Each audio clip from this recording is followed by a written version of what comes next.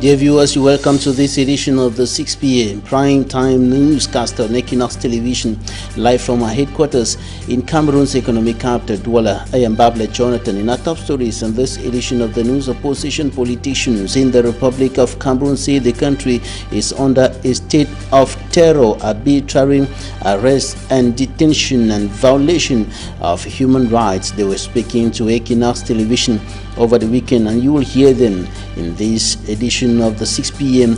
newscast. And less than a week to the start of the 2020-2021 academic year, some teachers are threatening to boycott academic activities over what they consider as irregularities in the recruitment of teachers of the basic education subsector. And ahead of school resumption, there are over 68 primary schools that have remained closed in the far north region of the country as a result of security challenges emanating from activities of the terrorist sect Boko Haram.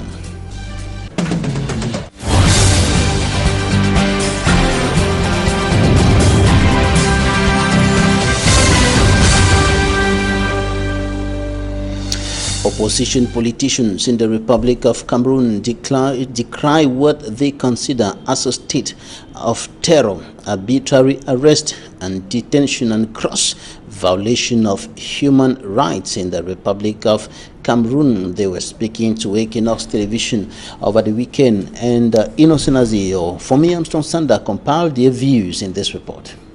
An atmosphere of uncertainty and a wave of arrests before, during and after the street protest demonstration of an alliance of opposition political parties in Cameroon took center stage on the weekly television program Droit de Réponse on Equinoxe television, Sunday, September 27, 2020. Le régime de Yaoundé. Reviewing the protest, Barrister Roland Jewor of the Cameroon Renaissance Movement political party says the CPTM party mobilized state security and defense machinery to engage a propaganda that the opposition was planning an insurrection in Cameroon. Criminaliser une chose assez simple. In a lexical definition of insurrection, Jean-Robert Warford of the Social Democratic Front SDF party say the September 22nd protest demonstration in Cameroon had nothing linked to an insurrection, even before, during and after. The protesters, he says, were never armed, planned no forceful overthrow of democratically established institutions, and had not taken any part of territorial Cameroon as obtains in an insurrection. He says crackdowns and repressions on opposition protest demonstrations in Cameroon is a characteristic of the ruling CPTM party government since the advent of multipartism in Cameroon. He was thrown dirty water, and there was even a police officer who attempted to shoot at him in the midst of the manifestations. Today, when you go to the chairman's house, there is even a picture just at its entrance which represents a vivid description of that day. We got to witness 53 demands for authorization of public manifestations in the littoral region, and all the 53 demands were rejected. At every instance, the CPDM pronounced the same words: insurrection, insurrection, insurrection. Il a fait 53 demandes, il a issué 53 interdictions. Alors, after defining the word insurrection as per the International Public Law Dictionary published in 2001, journalist and observer Edmond Kamgia says the CRM-headed opposition protest demonstration in Cameroon had no sign of an insurrection. He regrets that the clampdown on protesters had taken Cameroon many years back to the already abolished anti-democratic laws era. Nous sommes revenus en réalité. Cameroon has unfortunately gone back to the ordinance of 12 March 1962 on suppressions, which we thought was abolished. This is because of the wave of arrests before, during and after the September 22nd protest. As we speak, they are still arresting people. 19 décembre 1990, autant. To André Lotemaker of the ruling CPDM party, the heavy security deployment was guided by the need to protect people and their properties in Cameroon from bandits, insisting that the CRM championed protest demonstration had insurrectional tendencies Andre Lutemaker of the CPDM party says they had information that the protesters were planning to attack key CPDM party officials in Cameroon. And some non-governmental organizations express fears of a possible escalation of violence and disorder that could lead to a chaotic situation in the nearest future in the Republic of Cameroon, and this, they think, could come from the repression used by security and defense forces to crush anti-government protests, like was the case on the 22nd of September 2020 in some parts of the country. And they indicate that it is the same thing that provoked the over 4-year-long armed conflict in the northwest and southwest regions of the country. Innocent Azi has more. Mandela Center, in a press release September 24th, says it has taken stock of human rights abuses committed by Cameroon's defense and security forces before, during and after the nationwide peaceful demonstration initiated by leader of the Cameroon Renaissance Movement's Party, Professor Maurice Kamto, September 22nd. It cites particularly torture, arbitrary arrest and detention of over 593 protesters in Douala, Yaoundé and the West region, including Professor Alain Foguet and Olivier Bibou-Nissak, militants of the CRM party. That all what happened centered around the violation of law number 90/054 of 19 December 1990 on the maintenance of law and order, violation of law number 90/06 of 18 January 1996 related to the constitution defining rights of Cameroonians, as well as violation of section 11 of the African Charter on Human and People's Rights, ratified by Cameroon on 20 June 1989, which states that everyone has the right to assemble freely with others. Mandela Center International condemns in strong terms use of force and firearms against civilians, demands with all firmness immediate and unconditional release of all arrested and arbitrarily detained. It reminds the government of Cameroon that it is semi-suicidal and irresponsible attitude that led to the bloody war in Anglophone Cameroon since 2016, urging the Yaoundé regime to realize this fact. The center warns that everyone has rights to brave and express themselves through peaceful demonstration, and thus recommends governments to respect special measures in accordance with its international commitment for the effective protection of fundamental rights on a daily basis. Elsewhere, Amsterdam and partners in London, Britain and Washington, USA respectively raised a similar observation with arrest, torture and brutality suffered by journalists covering the protest. Amsterdam's and partners pledged to sue at national and international level those who masterminded the rights violations of protesters Maurice Kamto, Alain Foguet and Olivier Bibou-Nissak. Also that government authorities responsible by virtue of the Global Magnitsky Act of the United States and the Global Human Rights Sanctions Regulations could face freezing of their bank accounts, overseas properties seized, revocation of travel visas of the concerned and their families. They record that repression and violence equals pouring more fuel into the already existing flames. And Boko Haram terrorist activities continue threatening education in the far north region of the Republic of Cameroon less than a week to the start of the 2020-2021 academic year. Over 60 primary schools are still closed, and this is because of the insecurity emanating from activities of the terrorist sect Boko Haram. And education stakeholders are now striving to make sure that the doors of the schools that have been closed as a result of insecurity are opened as the next school year takes off. Details with Smanjik and Gabriel.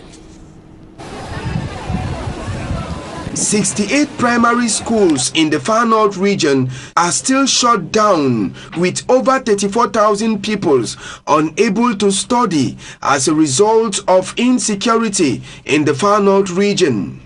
Parents are lamenting. Cette fois-ci, c'est encore plus pire. This time around is worst. At first, they didn't attack us during the rainy season, but now they hide in little islands from where they target us. To send our kids to school is a very difficult one for us now. Nous sommes tellement touchés par ces malfaiteurs. Even schools that were meant to enable the learning process to be effective have been unable to operate hitch-free. Nous avons 3 établissements secondaires qui ont été recasés.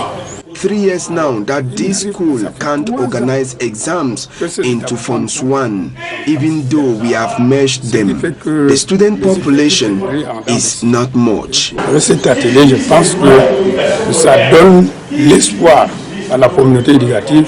During a workshop organized by a non-governmental organization, Plan Cameroon, in Mayo-Chanaga, the divisional delegates of basic education were encouraged to tell the citizens in their zones to muster courage by sending their kids to school in areas where schools are operational without any problem. Safe school declaration is giving some guidelines so that the school environment should be safe, should be protected, secure. So what we expect in this, at the end of this workshop, is that all these participants are able to understand the guideline of safe school declaration and going back to their different area, implement those guidelines. Few days left for the start of the new school year. It was disclosed during the gathering that plans are on the way to open schools destroyed by Boko Haram. Ahead of school resumption, several children in Anglophone Cameroon are in a confused situation. Many of them have been abandoned to themselves. Their parents have escaped into the bushes, or some have been killed. And the question now that our reporter is asking is, can these children go to school on their own? And in the present difficult and uncertain security situation surrounding them, he talked to some children in some of the villages in the southwest region of the country. He compiled this report. This is now their own world, with no mother and no father around them. We are in Mamu, a village in Boya subdivision, the southwest regional capital of Cameroon. They tell my papa and my big brother. They took my father and my big brother away. They here, he referred to the military, he says. And I am left only with this, my other brother. We are hungry and there is nothing to eat. There was a raid here. An adult escaped further into the wild, leaving these children behind. But for how long will these kids be left alone? Is another question.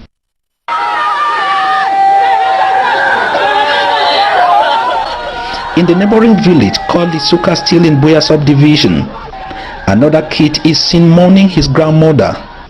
She has just been shot dead. And to this other kid, it is time to leave the village again. Each day these weak and innocent kids are being wounded in one way or the other. They can't fight back, but they want justice. Even their stories are not being reported, maybe because these children can't speak for themselves. But that does not mean their pain has been taken away. Bitterness is certainly growing in them. People here say no one cares about them, and the question of the day is not who have died, but who is in control. Someone needs to genuinely explain to these kids why the shooting and killings, why their parents are running into the bushes, and why some of them are being carried away in trucks. Critics say it is unfortunate that the main actors on the field, be it the military, government officials, separatist fighters, especially those in the diaspora, their children are not here. and conflict experts have advised severally to those inflicting pains on these kids directly or indirectly to stop, for thinking that these other ones will pay the price for their own children to come and roll them in the future. It's not visible, because today even these ones are recording that they are fighting to live, and those among them who will survive will be buried somewhere that they are living to fight back one day. Back to school bell is already ringing, but what about them? Back in the city center of Boya, Prince Dop Gima of the People's Foundation says his foundation is contributing its own quota. Today we're doing a back to school campaign where we're trying to help some of these internally displaced children that cannot afford to go to school, to give them at least a means to go back to school by providing them with their writing material. The Richard reporting there. And some teachers are threatening to boycott academic activities as the new school year draws near. They are protesting over what they consider as irregularities in the recruitment of basic education teachers in Cameroon. Immaculate Fogue reports. Less than a week to the start of the new academic year in Cameroon, a group of Grade 1 certificate holders in Douala who were sidelined during the recent recruitment of basic education teachers into the public service convened a meeting expressing their determination to boycott the 2020-2021 teaching activities. My name is Madame Leah Tenje. I am one of the frustrated teachers in Douala Littoral. Concerning this our fight, our state of mind, it is not really in a good terms, because we have been waiting for a long time up till now, and the Prime Minister promised us that he is going to do something concerning our fight, and up till now we are still waiting. The disgruntled teachers are denouncing irregularities that surround their recruitment.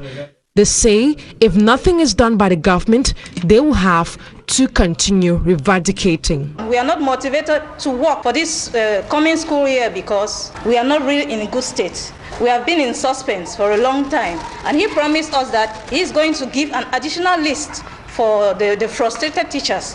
But up till now, we are still not being able to carry on our activities that is going to take place soon.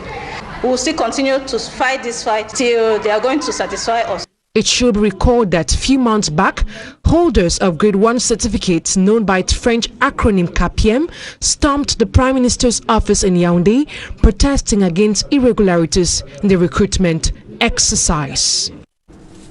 Some inhabitants of the Douala 2 subdivision have been condemning what they qualify as an abomination. Mothers who give birth to their children and throw the baby or the babies in the dustbin. A case in point in this newscast happened last weekend, and the macabre discovery of a dead baby was made by the population in a dustbin around the Sonel Kululu neighborhood in the Douala 2 subdivision.